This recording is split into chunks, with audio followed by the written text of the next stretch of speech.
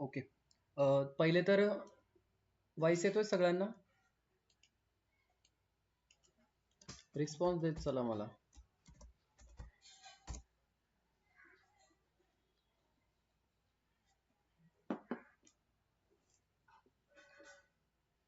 Okay. अगोदर क्लासच्या अगोदर तुम्हाला काही गोष्टी पहिले क्लिअर करतो. पहिले तर तुमची जी अटेंडन्स असेल ती रेग्युलर पाहिजे, बरोबर? आणि आपण जी आता एक प्रोग्रामिंग लँग्वेज जी शिकायची आपल्याला, बरोबर? ती आहे C++. तर आतापर्यंत आपण एकच लँग्वेज शिकलोय अगोदर, ती म्हणजे कोणती लँग्वेज? कोणती लँग्वेज शिकलात तुम्ही याच्या अगोदर? सी, बरोबर. आता जी सी लँग्वेज होती, आता तुमचं जर सी व्यवस्थित असेल किंवा म्हणजे 100% पैकी 50 जरी असेल तरी चालेल, 0 असेल तरी चालेल, बरोबर. कारण जी सी प्लस प्लस लँग्वेज आहे ती सी आणि सी प्लस प्लस या दोघांमध्ये ना जास्त डिफरन्स नाहीये, फक्त थोडासा सिंटॅक्स इकडे तिकडे आहे, पण इझी आहे. तर पहिले काय असणार आहे की तुम्ही रेग्युलर अटेंड करायचं लेक्चर. सेकंड जे असेल, तुम्हाला रेग्युलर टास्क दिले जातील, ते टास्क कंप्लीट करायचे. त्यानंतर वीकली टेस्ट पण असतात, ते पण तुम्हाला द्यावे लागतील. ओके. आणि लास्टमध्ये असं पण असतं की तुम्ही क्लासमध्ये तुमचा परफॉर्मन्स कसा आहे यावर तुमची फी पण मी रिटर्न करतो. टॉपर काढतो आपण त्यात, ती फी रिटर्न केली जाईल तुम्हाला, एक टॉपर असेल कोणीतरी. हे झालं क्लासबद्दल. आणि क्लास अटेंड करताना पूर्णपणे तुमचं लक्ष क्लासकडे असायला पाहिजे. तुम्हाला एक एक गोष्ट मी पूर्ण क्लिअर करणार आहे, बरोबर. दुसरं आहे की ही C++ लँग्वेज शिकताना फक्त सिलेबस डोक्यात घ्यायचा नाहीये, तुम्हाला हे इन फ्युचर पण कामात यायला पाहिजे. ह्या वेमध्ये स्टडी करायचा आहे. सिलेबसमध्ये आता तुमचं पासिंग होणं म्हणजे एवढं अवघड नाहीये, बरोबर. तुम्हाला इंटरनल प्लस जी थेरीची एक्झाम असते त्याचे मार्क्स असे दोघं कंबाईन करून तुमची पासिंग असते, तर ते काही अवघड नाही तुम्हाला पासिंग करणं, बरोबर. तर ही लँग्वेज शिकताना ना फ्युचरसाठी शिका. तुमचे लॉजिक्स कसे क्लिअर होतील ना याकडे तुम्हाला लक्ष दिलं पाहिजे. ओके.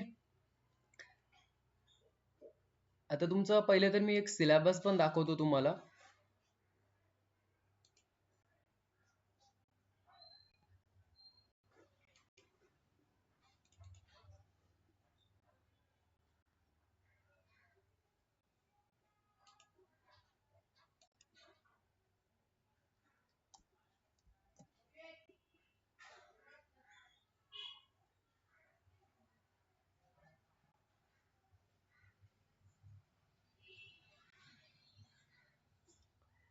पाच युनिट आहे तुम्हाला टोटल.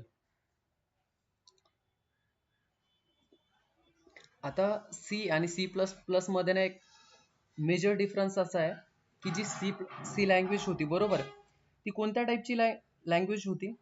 तीन टाईपच्या लँग्वेज असतात. कोणत्या असतात? आठवत आहे काही? लँग्वेजच्या टाईप कोणत्या कोणत्या असतात?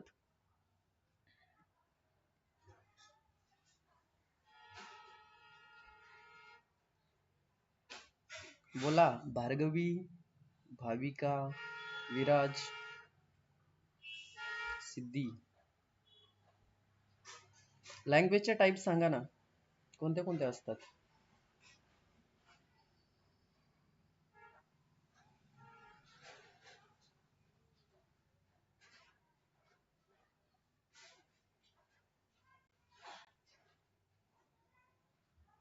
Okay, binary. अजून?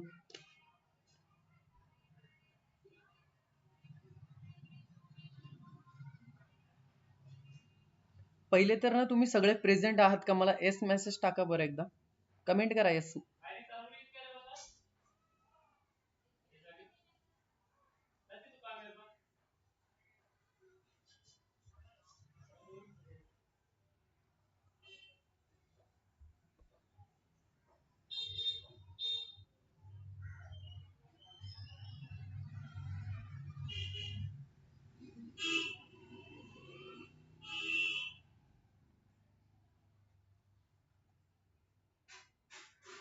मी तुम्हाला विचारतोय की लँग्वेज कोणत्या कोणत्या टाईप मध्ये असतात. जसं आपण बघितलं होतं सी लँग्वेज, ती कोणत्या लेवलची लँग्वेज होती?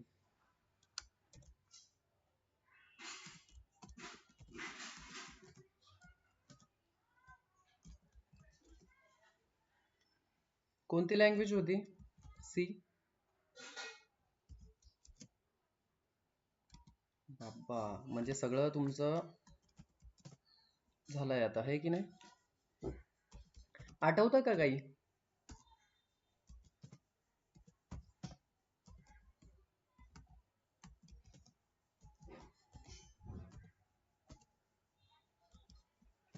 हे जे मी टाईप करतोय ते आठवतंय का तुम्हाला?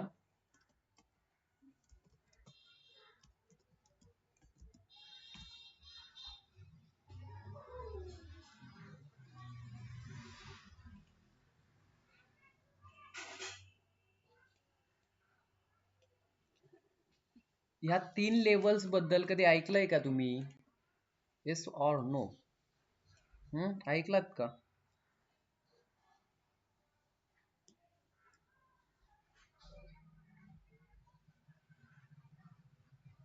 मला ना तुमचा रिस्पॉन्स पाहिजे सगळ्यांचा.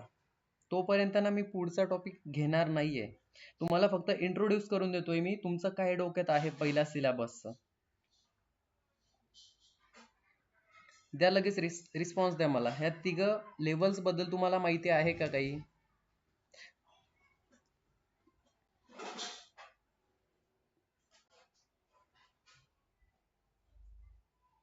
ओके.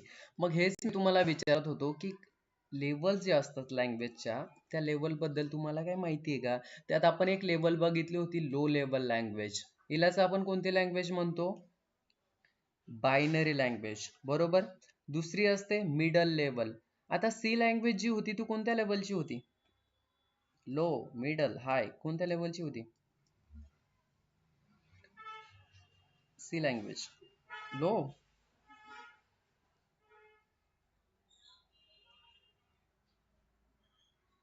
बोला भाविका, भार्गवी, सांगा. विराज, सी लँग्वेज कोणत्या लेवलची होती? हाय लेवलची होती.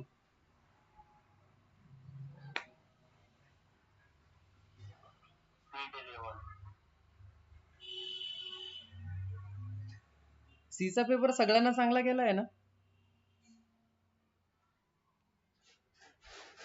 आउट ऑफ लिहून आलात ना तुम्ही? सी लँग्वेज ही मिडल लेवल होती, बरोबर. आता जी लँग्वेज आपण आज शिकणार आहे ना, म्हणजे ती C plus plus language.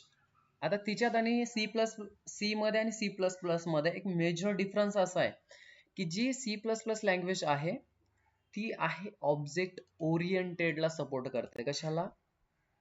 Object oriented. ही एक नवीन कन्सेप्ट आहे प्रोग्रामिंग लँग्वेज मध्ये आणि ती सी प्लस प्लसला सपोर्ट करते. जी सी लँग्वेज आहे ती स्क्रिप्टिंग लँग्वेज होती, बरोबर. तर त्यामध्ये ऑब्जेक्ट ओरिएंटेड जो हा पार्ट आहे तो सी मध्ये नाहीये. तर ह्या सी प्लस प्लस मध्ये ऑब्जेक्ट ओरिएंटेड ही एक कन्सेप्ट आहे. आता तुम्ही म्हणाल की ऑब्जेक्ट ओरिएंटेड कन्सेप्ट काय आहे नेमकं, बरोबर. तर यामध्ये काय आहे की ऑब्जेक्ट, क्लास, ह्या गोष्टींचा ना भरपूर कॉम्बिनेशन आहे. त्यामध्ये मेजर पार्ट असे आहेत की त्यामध्ये अबस्ट्रॅक्शन,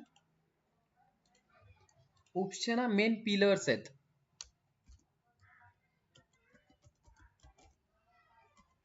अबस्ट्रॅक्शन, पॉलिमॉर्फिझम, इनकॅप्सुलेशन आणि लास्ट वन आहे इनहेरिटन्स. हे कधी ऐकलंय का तुम्ही? या 4 गोष्टी कधी ऐकलात का? मला येस और नो मध्ये ना रिस्पॉन्स देत चला, म्हणजे मला कळतं की तुम्ही क्लासमध्ये आहात.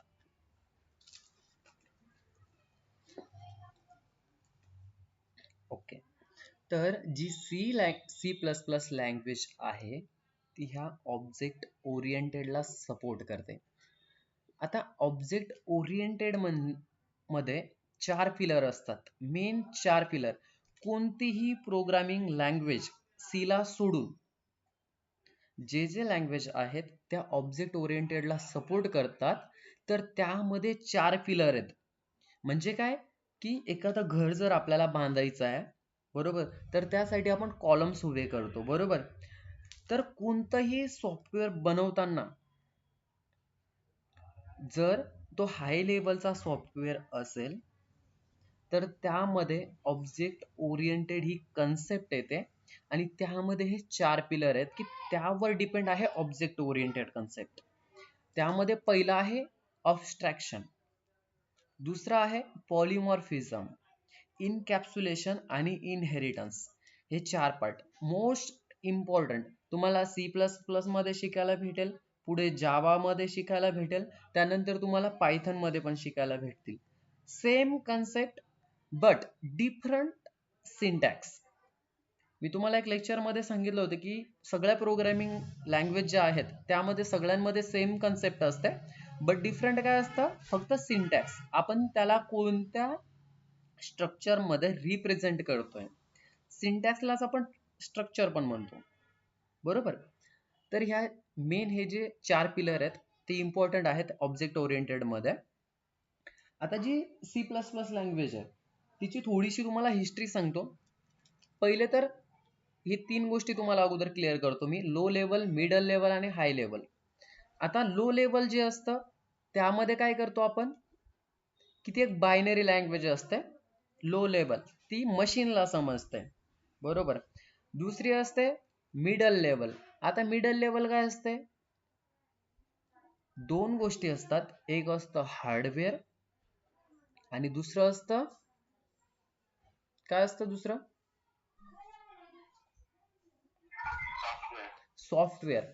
तर हार्डवेअर आणि सॉफ्टवेअर या दोघं गोष्टींना सपोर्ट करणारी लँग्वेज जी असते तिला आपण मिडल लेवल लँग्वेज म्हणतो. समजतंय का?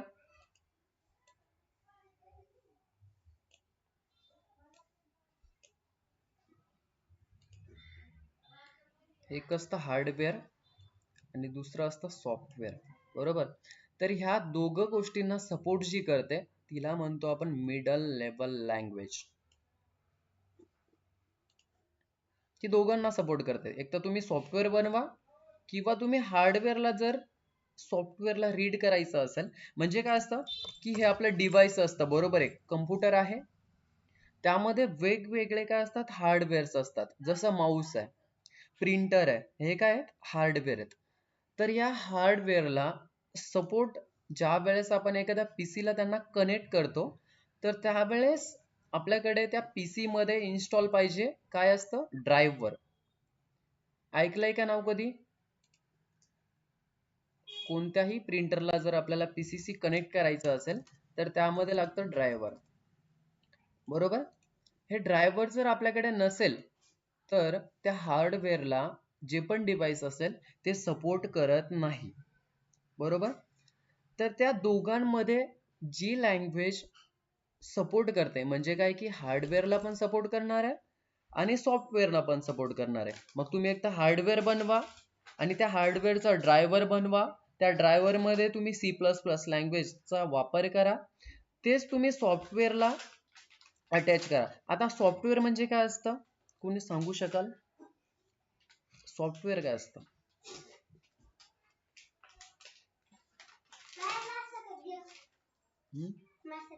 लार देख. काय असतं सॉफ्टवेअर?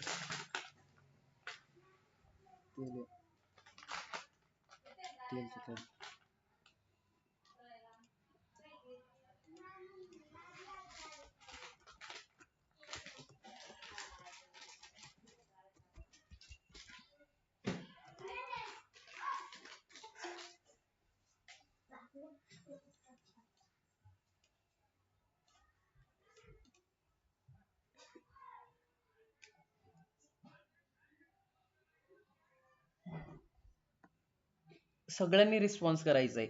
सॉफ्टवेअर काय असतं बघू दे, तुम्हाला काय माहिती आहे?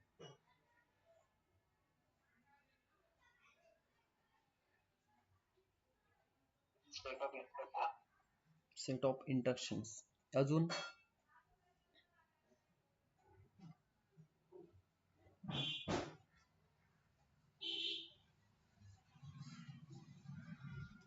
Set of programme. अजून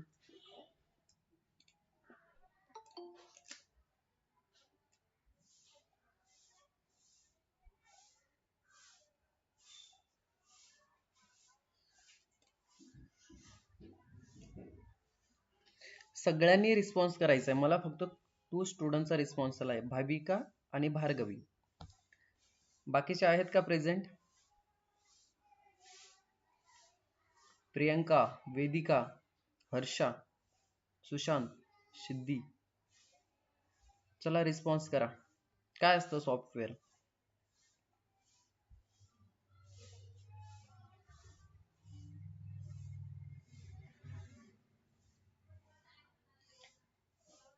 तुमचा रिस्पॉन्स आल्याशिवाय मी पुढचा टॉपिक घेणार नाहीये.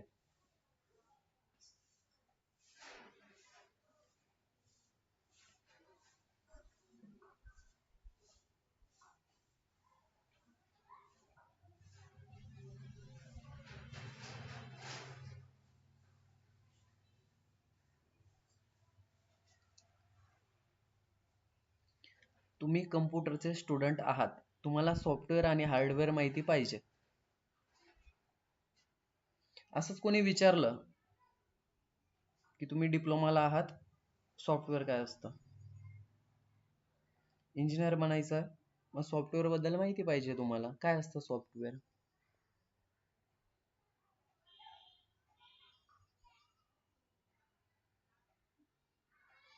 चला मी तुम्हाला एक एक्झाम्पल देतो. मला काय करायचं आहे, एक ना कॅल्क्युलेटर डिझाईन करायचं आहे, बरोबर. तर जर मला एखादा कॅल्क्युलेटर बनवायचा आहे, तर मला कोणत्या कोणत्या गोष्टी लागणार आहेत. मी त्यामध्ये 4 ऑपरेशन्स टाकेल. ॲडिशन झाली पाहिजे, सबट्रॅक्शन झाली पाहिजे, मल्टिप्लिकेशन झालं पाहिजे आणि डिव्हिजन झालं पाहिजे, बरोबर. या 4 गोष्टी मला माझ्या कॅल्क्युलेटरच्या सॉफ्टवेअरमध्ये टाकायचं आहे. तर मी प्रोग्राम कोणत्या कोणत्या गोष्टीचा करेल?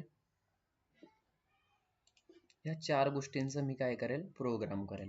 ॲडिशनसाठी एक प्रोग्राम करेल, सबट्रॅक्शनसाठी पण करेल, मल्टिप्लिकेशनसाठी पण करेल आणि डिव्हिजनसाठी पण करेल, बरोबर. तर मी याला एका प्रोग्राममध्ये पण करू शकतो किंवा मी वेगवेगळे पण प्रोग्राम करू शकतो. त्यामध्ये मी काय करेल, डिफाईन अ फंक्शन करेल. मी यांच्यासाठी वेगवेगळे फंक्शन डिफाईन करू शकतो, बरोबर. तर मला हे कॅल्क्युलेटर डिझाईन करायचं आहे, म्हणजे कॅल्क्युलेटर मला बनवायचं आहे. आता ह्या कॅल्क्युलेटरमध्ये मला 4 ऑपरेशन्स काय करायचेत, युजरला द्यायचेत की हे 4 ऑपरेशन्स माझ्या ह्या कॅल्क्युलेटरमध्ये झाले पाहिजेत. मला ह्या 4 गोष्टी इम्पॉर्टंट आहेत, ॲडिशन, सबट्रॅक्शन, मल्टिप्लिकेशन आणि डिव्हिजन, बरोबर. आता मी तुम्हाला सॉफ्टवेअर काय असतं हे एक्झॅक्टली सांगतोय, बरोबर. आता मी प्रोग्राम राईट करताना ह्या 4 गोष्टींचा विचार करून एक प्रोग्राम राईट करेल. तर सॉफ्टवेअर एक्झॅक्टली काय असतं की एक तर सेट ऑफ इंस्ट्रक्शन्स पण म्हणतो आपण त्याला, किंवा सेट ऑफ प्रोग्राम्स पण म्हणतो आपण त्याला. तर मी काय करेल की असे 4 वेगवेगळे प्रोग्राम राईट करेल. मग त्यामध्ये कोणता प्रोग्राम मोठा असू शकतो किंवा कोणता प्रोग्राम छोटाही असू शकतो, बरोबर. ह्या पॅटर्न मध्ये मी काय करेल, वेगवेगळे 4 प्रोग्राम्स लिहिणार आहेत. एक असेल माझ्या ह्या ऍडिशन साठी, दुसरं असेल ह्या सबट्रॅक्शन साठी. ओके, वाईज सगळ्यांना ब्रेक होतोय का?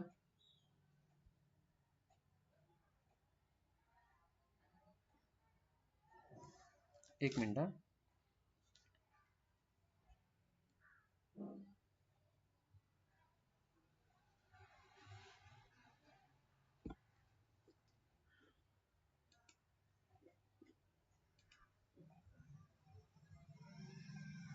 आता क्लिअर आहे?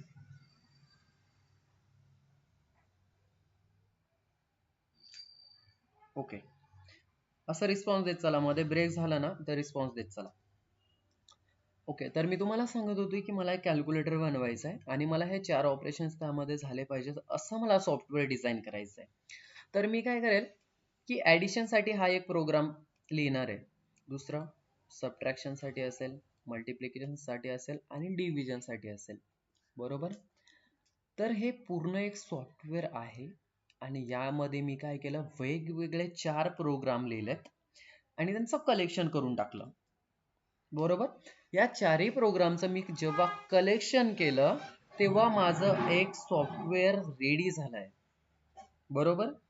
या सॉफ्टवेअरला आपण टच करू शकत नाही, अनविजिबल असतं. सेट ऑफ इंस्ट्रक्शन किंवा set of programs, that is software. पण सॉफ्टवेअर बनवताना तुम्ही कोणत्या लेवलचा सॉफ्टवेअर बनवताय हे तुम्हाला अगोदर डिफाईन करावं लागतं. बरोबर. आता सॉफ्टवेअरची कन्सेप्ट आहे ती क्लिअर होते का तुमची?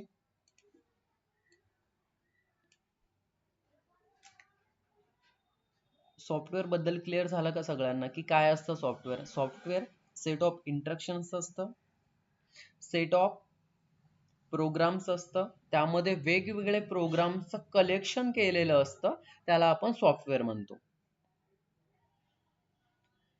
ओके. आता सॉफ्टवेअर झालं, मग प्रोग्राम काय असतं?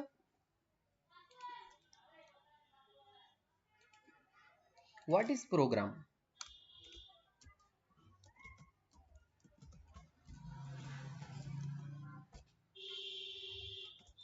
चलो बताओ, काय असतं प्रोग्राम?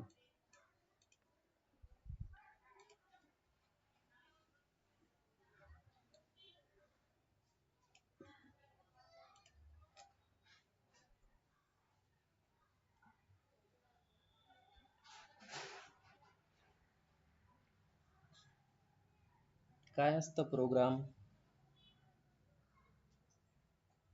Set of instructions. अजून set of code. Okay. Step by step process. आता जर आपण प्रोग्रामची डेफिनेशन बघितली तर तुम्हाला वेगवेगळी अशी डेफिनेशन दिसेल. सिंपल डेफिनेशन एकच डोक्यात ठेवायची तुम्हाला, की प्रोग्राम मध्ये काय असतं की collection of class, object, variables and functions. आणि त्यामध्ये काय करतो आपण की प्रोग्राम बनवताना तुम्हाला कोणता प्रोग्राम बनवायचा आहे आणि कशासाठी बनवायचा आहे हे इम्पॉर्टंट असतं. फक्त प्रोग्राम राईट करायचं म्हणून राईट करायचं नाहीये. तुम्ही कशाचा प्रोग्राम राईट करताय? तुम्हाला कॅल्क्युलेटर बनवायचा आहे, तुम्हाला कोणत्या कोणत्या गोष्टी रिक्वायर्ड आहेत, या सगळ्या गोष्टींचं काय करावं लागतं तुम्हाला, एक अल्गोरिदम डिझाईन करावं लागतं. आता अल्गोरिदम म्हणजे काय तुम्हाला माहिती आहे चांगलंच. काय असतं अल्गोरिदम?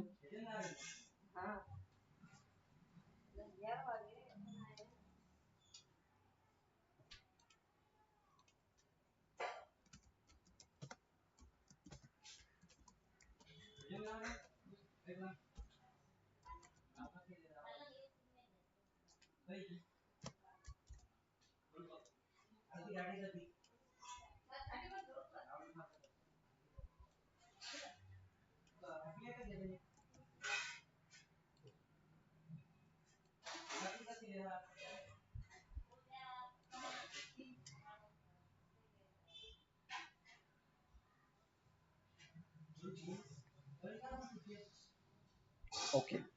अल्गोरिदम काय असतं की ज्या वेळेस आपण कोणताही प्रोग्राम राईट करतो, आता ह्या तीन गोष्टी इम्पॉर्टंट आहेत: सॉफ्टवेअर, प्रोग्राम अँड अल्गोरिदम. ह्या तीन गोष्टी मोस्ट इम्पॉर्टंट आहेत. कधी? की ज्या वेळेस आपण कोणतंही सॉफ्टवेअर डिझाईन करतो किंवा बनवतो, त्यासाठी या तीन गोष्टी इम्पॉर्टंट असतात. तुम्हाला सॉफ्टवेअर कशाचं बनवायचं आहे, त्यामध्ये कोणकोणते तुम्हाला प्रोग्राम राईट करावे लागणार आहेत, त्यासाठी पहिले अल्गोरिदम बनवावं लागणार आहे.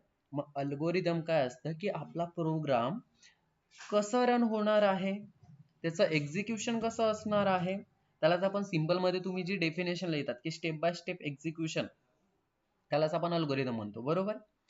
तर अल्गोरिदम एक अशी गोष्ट असते की तुम्हाला वन डेस्टिनेशन पासून एखाद्या दुसऱ्या डेस्टिनेशनला जायचं आहे. म्हणजे तुम्हाला काय करायचं की आपल्या कॉलेज पासून आडगावला जायचं आहे, तर तुम्ही काय करतात की प्रत्येक गोष्टी डिफाईन करतात की कॉलेज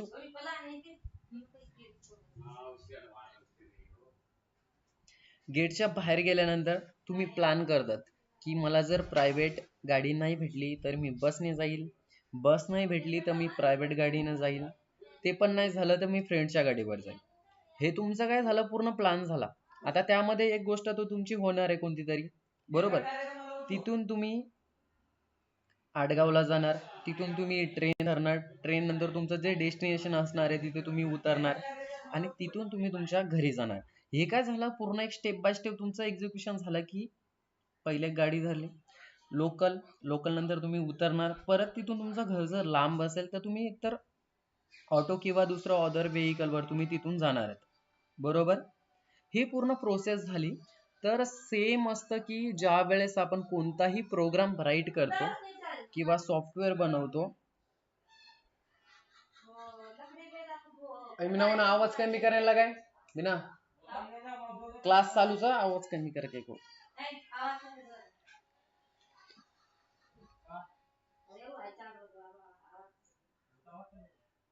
ओके. तर ज्या वेळेस आपण कोणताही प्रोग्राम बनवतो तर त्यासाठी तुम्हाला अगोदर अल्गोरिदम राईट करावं लागतं. की तुम्ही अल्गोरिदम कसं बनवताय. अल्गोरिदम मध्ये वेगवेगळ्या स्टेप मध्ये आपण काय करतो, डिवायडेशन करतो प्रोग्रामचा. की मला युजर कडनं ह्या गोष्टी एक्सपेक्टेड आहेत. जर तुम्हाला कॅल्क्युलेटर बनवायचं आहे तर कोणत्याही ऑपरेशन करायचं असेल, ऍडिशन करायचं असेल, सबट्रॅक्शन करायचं असेल, मल्टिप्लिकेशन करायचं असेल किंवा डिव्हिजन करायचं असेल, तर तुम्हाला किती व्हॅल्यू रिक्वायर्ड असतात, किती व्हॅल्यू रिक्वायर्ड असतात,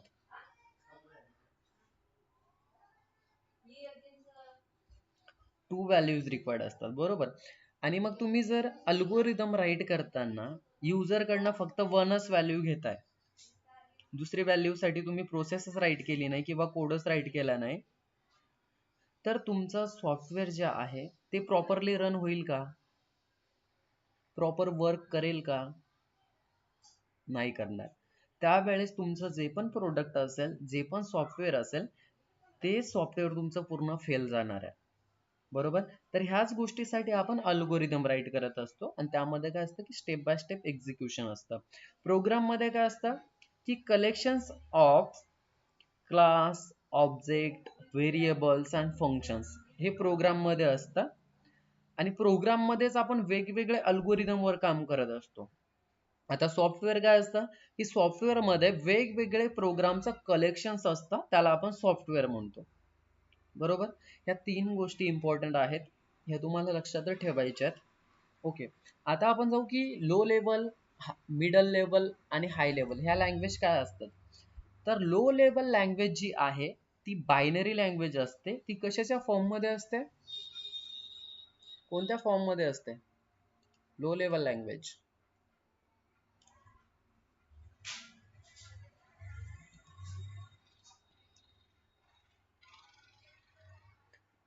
01, बरोबर. ह्या 01 च्या फॉर्मॅट मध्ये असते लो लेवल लँग्वेज. दुसरी असते मिडल लेवल लँग्वेज. आता मिडल लेवल लँग्वेज जी आहे त्यामध्ये आपण सॉफ्टवेअर वन डिझाईन करू शकतो आणि हार्डवेअरला सपोर्ट करण्यासाठी जी लँग्वेज लिहिली जाते, म्हणजे जो पण कोड राईट केला जातो, जसं ड्रायव्हर बनवले जातात, माऊस असेल, प्रिंटर असेल, त्यामध्ये पण प्रोग्राम सेट केलेले असतात. तर हे तिथे जी प्रोग्रामिंग लँग्वेज वर्क करत असते तीच लँग्वेज असते आपली मिडल लेवल लँग्वेज. आणि ही C++ जी लँग्वेज आहे ती त्याला सपोर्ट करते. तुम्ही एक तर हार्डवेअर बनवा किंवा तुम्ही त्यामध्ये सॉफ्टवेअर मध्ये पण त्याला डिझाईन करू शकतात की सॉफ्टवेअरला ती सपोर्ट करायला पाहिजे. अशी ती मिडल लेवल लँग्वेज आहे C++. पण त्याचं मेन जे आहे ते आहे ऑब्जेक्ट ओरिएंटेड. ही गोष्ट तुम्हाला लक्षात ठेवायची की C++ लँग्वेज ही ऑब्जेक्ट ओरिएंटेड प्रोग्रामिंग लँग्वेज आहे.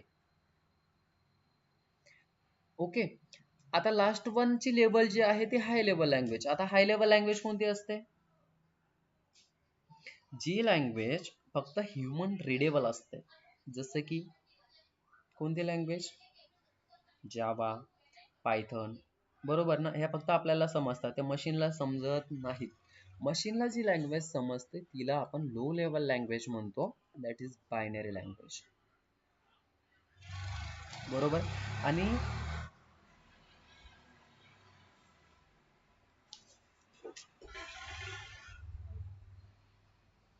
इथपर्यंत क्लिअर आहे का तुमचं सगळ्यांचं? सॉफ्टवेअर काय असतं, प्रोग्राम काय असतं, अल्गोरिदम काय असतं, लेवल्स ऑफ लँग्वेज.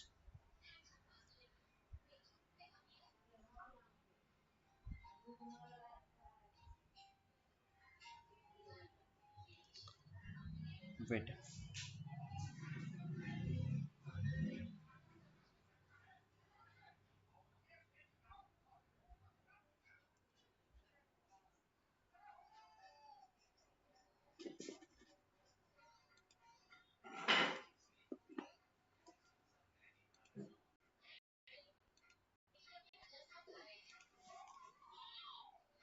हा, एक मिनिट फक्त.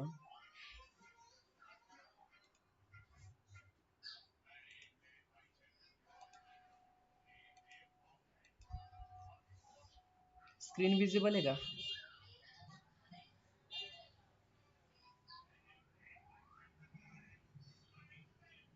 ओके. आता वॉइस क्लिअर आहे? ओके.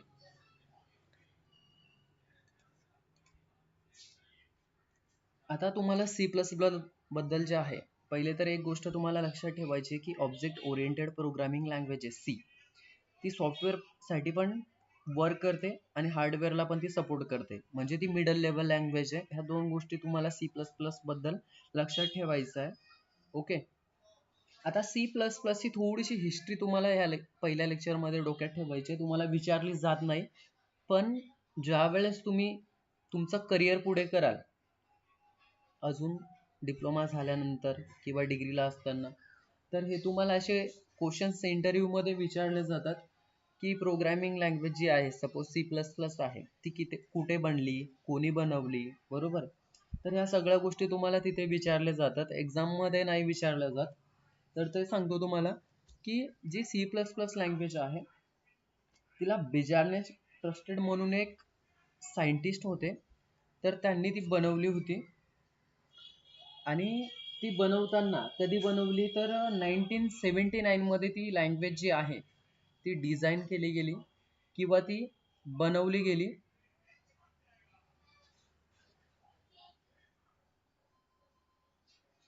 आणि त्यावेळेस म्हणजे बघा, ज्या वेळेस सी लँग्वेज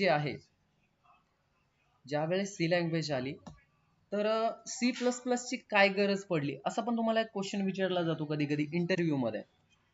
सांगाल का कोणी काय गरज पडली असेल? जर सी लँग्वेज ऑलरेडी मार्केटमध्ये होती, तर सी प्लस प्लस ची काय गरज पडली असेल?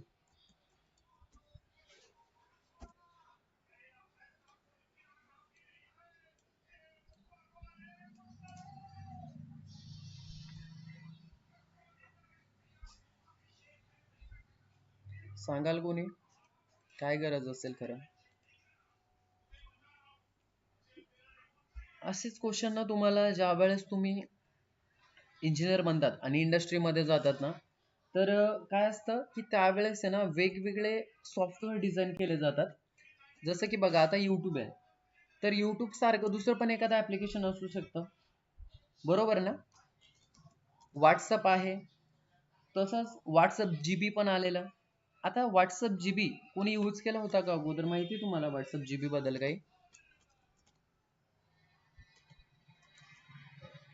आता जे आपला व्हॉट्सअप आहे त्यामध्ये आणि जीबी व्हॉट्सअप मध्ये, त्यांच्यामध्ये डिफरन्स काय होता, कोणी सांगाल?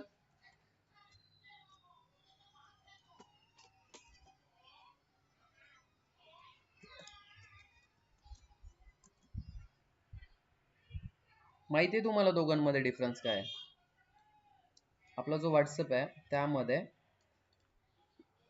आणि जीबी व्हॉट्सअप यांच्यामध्ये डिफरन्स काय होता? Okay, good. अजून?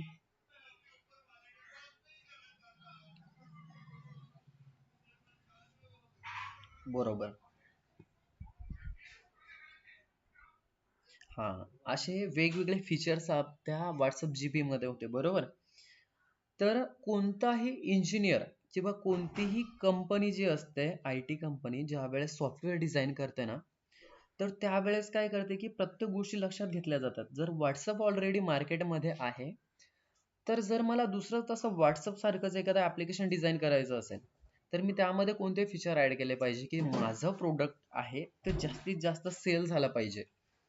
तर त्यासाठी WhatsApp जीबी जे आहे ना, ते मार्केटमध्ये आलं. आणि त्यामध्ये नवीन-नवीन फीचर्स आलेत, की तुम्ही स्टेटस जरी बघितला, तरी समोरच्याला कळणार नाही, की तुम्ही स्टेटस बघितलाय की नाही. एखाद्याने मेसेज केला, तर तू तो डिलीट जरी केला, डिलीट फॉर एव्हरीवन, तरी पण तो समोरच्याला दिसायचा, की तुम्ही मेसेज काय केलाय. हे असे फीचर होते. म्हणून त्याची पॉप्युलॅरिटी जी आहे ती वाढली होती.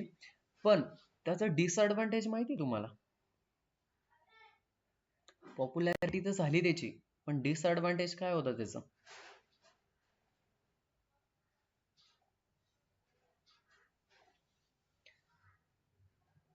व्हॉट्सअप जीबीचं डिसएडव्हांटेज माहिती आहे का? अपडेट. अजून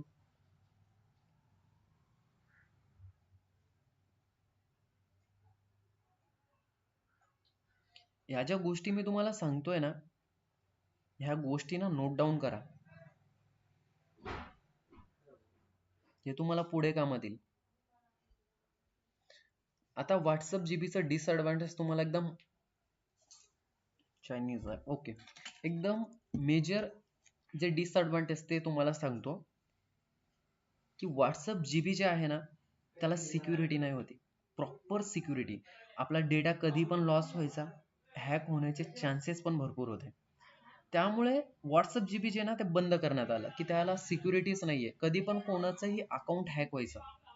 आपला डेटा कधी पण लॉस व्हायचा. हे मोठे मोठे डिसएडव्हांटेज होते तिथं. त्यामुळे WhatsApp जीबी जे आहे ना फेल गेला पूर्णपणे. आणि त्यामुळेच आता मार्केटमध्ये नाहीये. आता आपलं जे WhatsApp आहे त्याला प्रॉपर सिक्युरिटी आहे. त्यामध्येच जे मायक्रोसॉफ्ट कंपनी आहे, त्यांनी न्यू फीचर आणलं सगळ्यांमध्ये. कोणतं?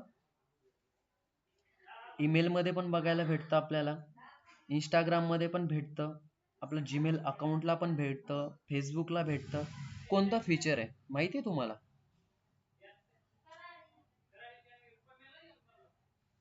Best feature. त्यामध्ये आपण आपलं अकाउंट सेफ ठेवू शकतो, हॅक होण्यापासून वाचू शकतो. असं कोणतं फीचर आहे? प्रायव्हसी तर असते. टू स्टेप व्हेरिफिकेशन ऐकलंय का?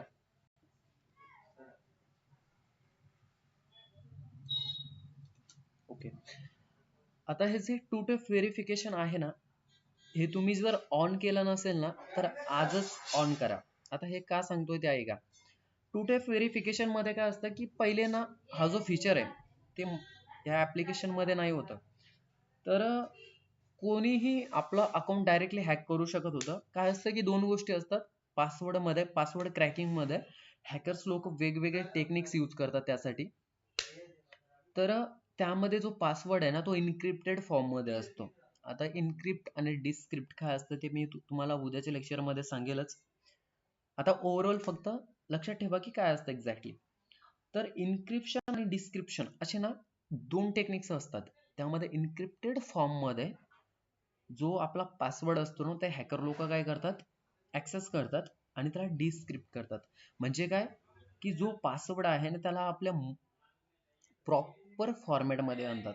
म्हणजे आपण मोस्टली जे पण पासवर्ड ठेवतो ना, त्यामध्ये काय करतो आपण, एकतर आपलं नाव, बर्थ डेट, मोबाईल नंबरचे पहिले 2-4 लेटर्स, लास्टचे 2-4 लेटर्स आणि बर्थ डेट आणि नेम किंवा एखादा फेवरेट फ्लॉवरचं नेम, फ्रूटचं नेम, डिशचं नेम, ह्या व्यतिरिक्त आपला पासवर्ड असू शकत नाही. हे मी तुम्हाला गॅरंटेड सांगतो.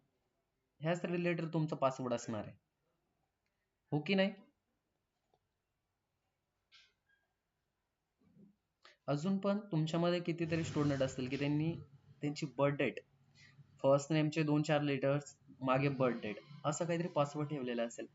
तर पासवर्ड जनरेट करताना किंवा क्रिएट करताना ना स्पेसचा यूज करा. स्पेस म्हणजे काय, की ब्लँक स्पेस, त्याचा यूज करायचा. आता टू स्टेप व्हेरिफिकेशन बद्दल सांगायचं होतं तुम्हाला, पण पासवर्डचं का सांगतोय, की तुम्ही सिक्युअर पाहिजे, तुम्ही इंजिनियर आहात, तर हे तुम्हाला कामात आलं पाहिजे. हे आपल्या सिलेबसमध्ये नाहीये, पण तुम्हाला हे का सांगतोय, की तुम्हाला फ्युचरमध्ये कामात येईल आणि आज प्रेझेंटमध्ये पण तुम्हाला कामात येईल. तर टू स्टेप व्हेरिफिकेशन सगळ्यांनी ऑन करा. पहिले हॅकर लोक काय करायचे, तुमचा पासवर्ड हॅक करायचे, इनक्रिप्टेड फॉर्म मध्ये त्याला डिस्क्रिप्ट करायचे आणि डायरेक्टली अकाउंट हॅक व्हायचं, आपल्याला कळायचं सुद्धा नाही. पण आता काय लागतं की 2 टू व्हेरिफिकेशन. ईमेलला पण पासवर्ड जातो, किंवा फेसबुक कराल तर फेसबुकला पण एक पासवर्ड जातो आणि आपल्या मोबाईलवर पण एक पासवर्ड येतो आणि तिथे आपण एक पिन पण टाकलेला असतो. अशा दोन दोन गोष्टी घेतो, त्यावेळेसच आपण त्या अकाउंटला लॉग इन करू शकतो. तर ही 2 स्टेप व्हेरिफिकेशन सगळ्यांनी ऑन करायची आहे. ओके. तर आता तुम्हाला सी प्लस प्लस बद्दल जे आहे ते सांगतो तुम्हाला अगोदर. तर जे बिझार्नेस ट्रस्ट ट्रप असं म्हणून एक सायंटिस्ट होते. तर त्यांनी आहे ना 1979 मध्ये ही सी प्लस प्लस लँग्वेज काय केली की बनवली. ती सी नंतर बनली. आता सी लँग्वेज जी आहे ना ती ऑब्जेक्ट ओरिएंटेडला सपोर्ट नाही करत. तिच्यामध्ये ती कन्सेप्टच नाहीये, कारण तिच्यामध्ये पॉइंटर कन्सेप्ट आहे. ह्यामध्ये पण पॉइंटर कन्सेप्ट आहे, पण सी मध्ये ऑब्जेक्ट ओरिएंटेड कन्सेप्ट नाहीये. ती सी प्लस प्लस मध्ये आहे फक्त.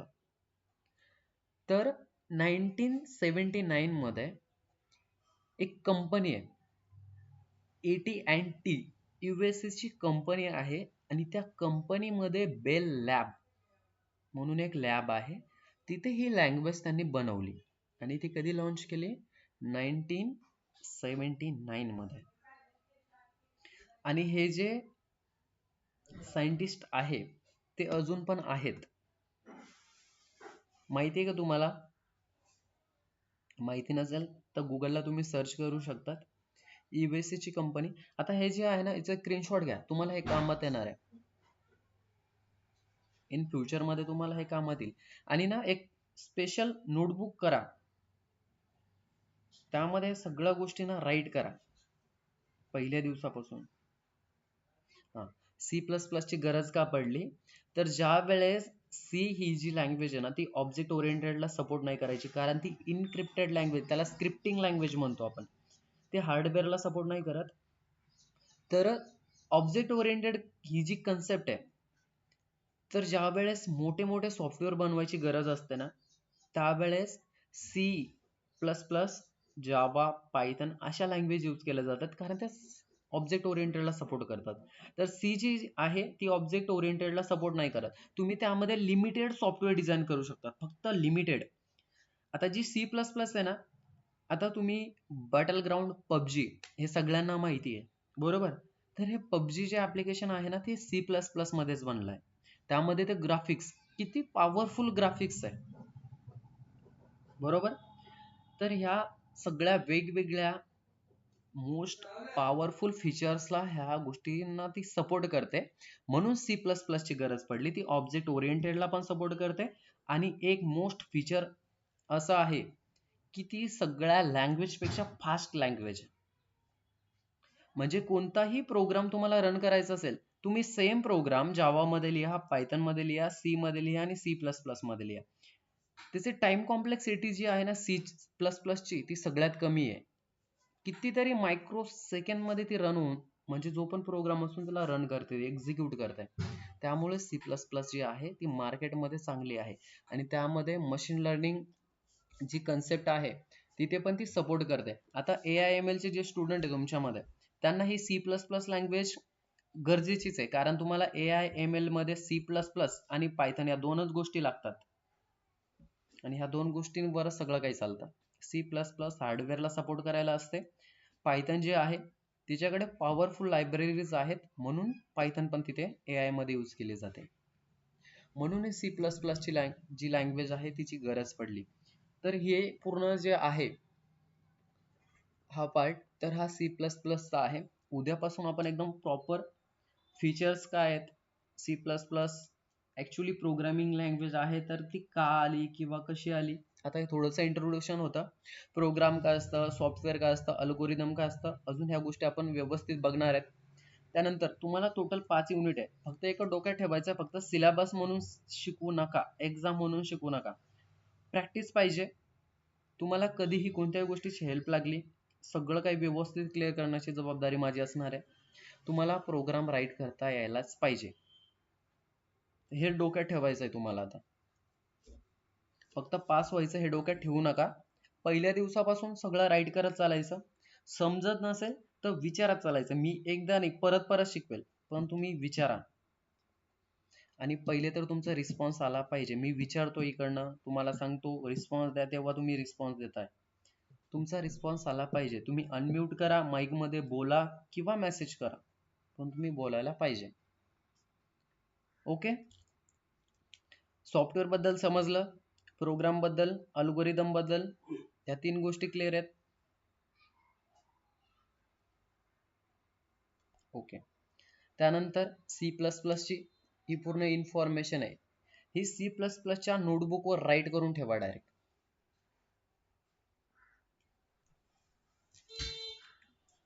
ओके. उद्या मला वाटतं की इव्हिनिंगला क्लास घेतला तर चालेल सगळ्यांना.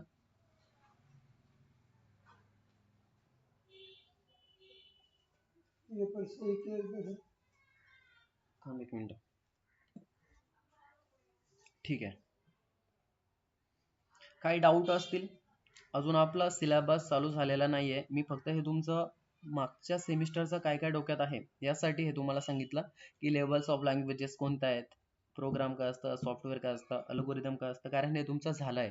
तरी पण मी तुम्हाला प्रॉपर डेफिनेशन, प्रॉपर नोट्स, सगळं काही प्रॉपर गाईड करणार आहे. फक्त तुम्ही व्यवस्थित क्लासला अटेंड पाहिजे, रेग्युलर अटेंड करा.